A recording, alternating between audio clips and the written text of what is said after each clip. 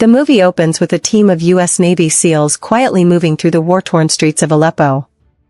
As they advance through damaged buildings, they eliminate several enemy fighters while searching for their target. After securing one building, they meet CIA agent Ritter, who tells them their mission is to rescue a CIA operative being held by Syrian government forces. Once they receive the details, team leader John Kelly leads his squad to another location. They launch a fast assault on the building and successfully free the hostages. After completing the rescue, Kelly searches the body of a dead Syrian soldier.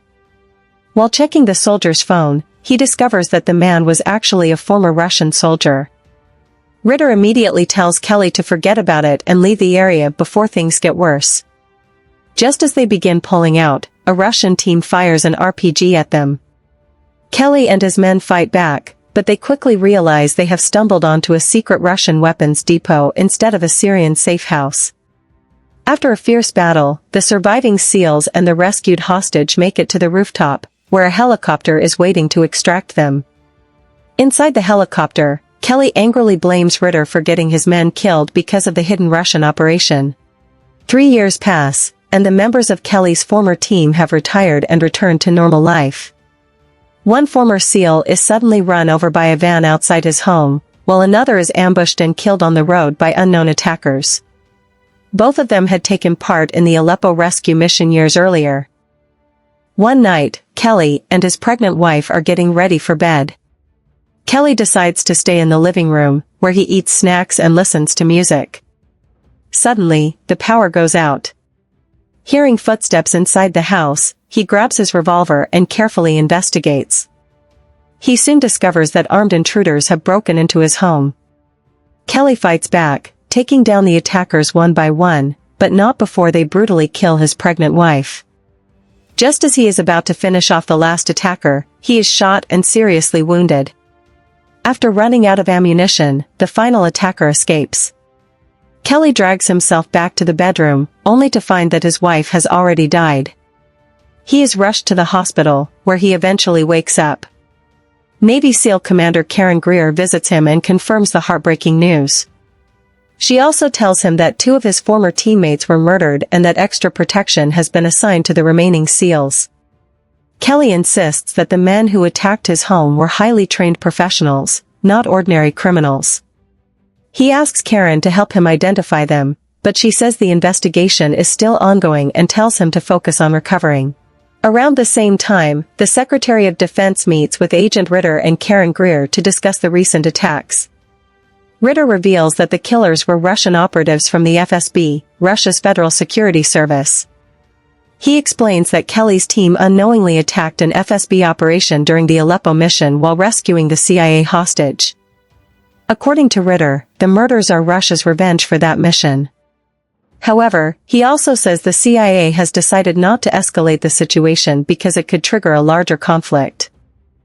Sometime later, Karen secretly visits Kelly and confirms that the Russians were responsible for killing his wife and former teammates.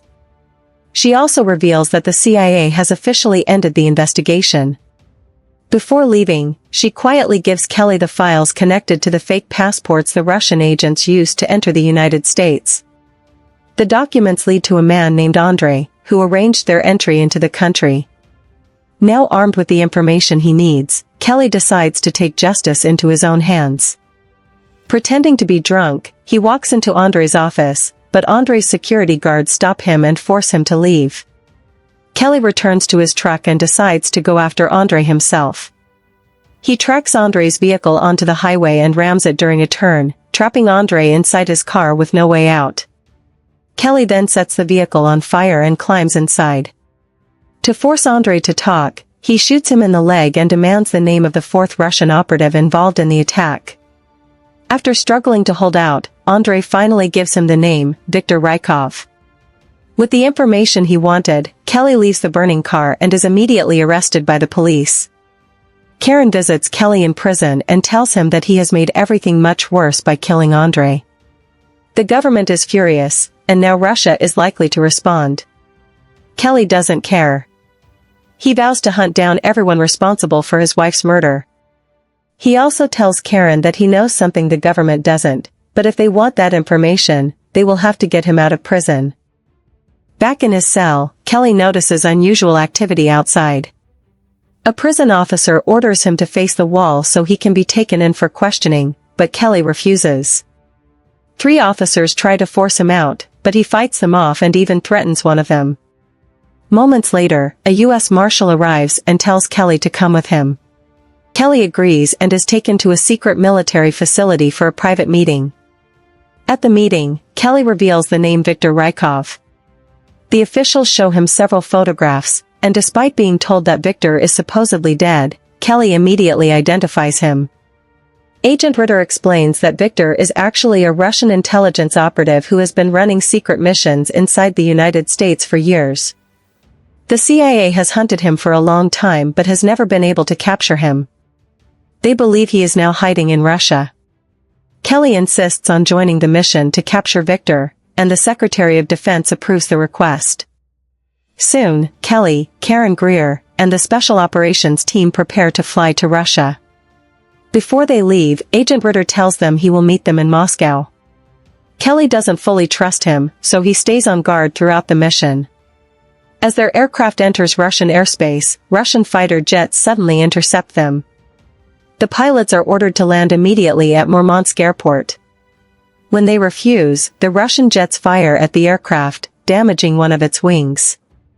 The plane crashes into the icy Barents Sea near Russian territory. Kelly and the rest of the team barely escape the wreckage and survive by reaching a nearby boat before taking shelter in a hidden Russian safe house. After recovering, the team travels to another safe house in Murmansk. There, Kelly finds Ritter meeting with 2 Russian men while a large amount of cash sits on the table. Believing Ritter has betrayed them, Kelly confronts him and demands an explanation. Ritter says he arrived after the plane crashed because everyone believed the team had died. He insists that the 2 Russians are simply local guides he hired to help them reach Viktor. Ritter eventually leads the team to Viktor's apartment. When Kelly enters the building, he discovers that Viktor's bodyguards have already been killed. Inside, Viktor is waiting calmly, wearing a suicide vest. He tells Kelly that he already knew they were coming. Viktor then reveals that he never ordered the murder of Kelly's wife or the attacks on his teammates. Instead, he claims that both he and Kelly have been manipulated by someone else and brought together to destroy each other. Before Kelly can get more answers, Viktor detonates the explosive vest, killing himself in a massive explosion. Right after the explosion, one of Kelly's teammates, Dallas, is shot by a hidden sniper. The team struggles to figure out where the shots are coming from, but they eventually locate the sniper and take him out. Before they can catch their breath, another sniper opens fire from a different position. Working together, Kelly and Karen track down the second sniper and eliminate him as well.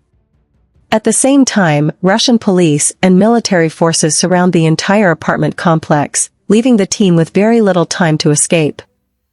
Kelly orders the rest of the team to escape through the back of the building while he stays behind to hold off the Russian forces.